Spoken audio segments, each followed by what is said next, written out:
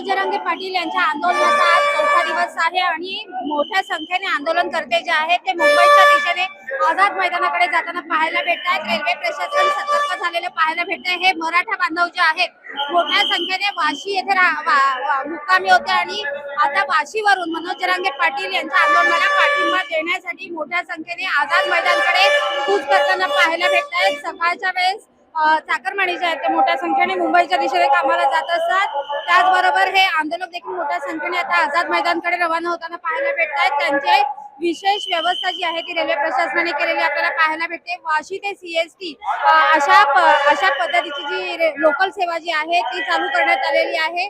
कोणत्याही प्रकारची रेल्वेमध्ये गर्दी होऊ नये याची देखील काळजी घेण्यात येते। एकूणच हे आंदोलक आता मोठ्या संख्येने पाठिंबा दर्शवण्यासाठी मुंबईच्या दिशेने रवाना होत आहेत आणि रेल्वे प्रशासन देखील आता सतर्क झालेलं आपल्याला पाहायला भेटते।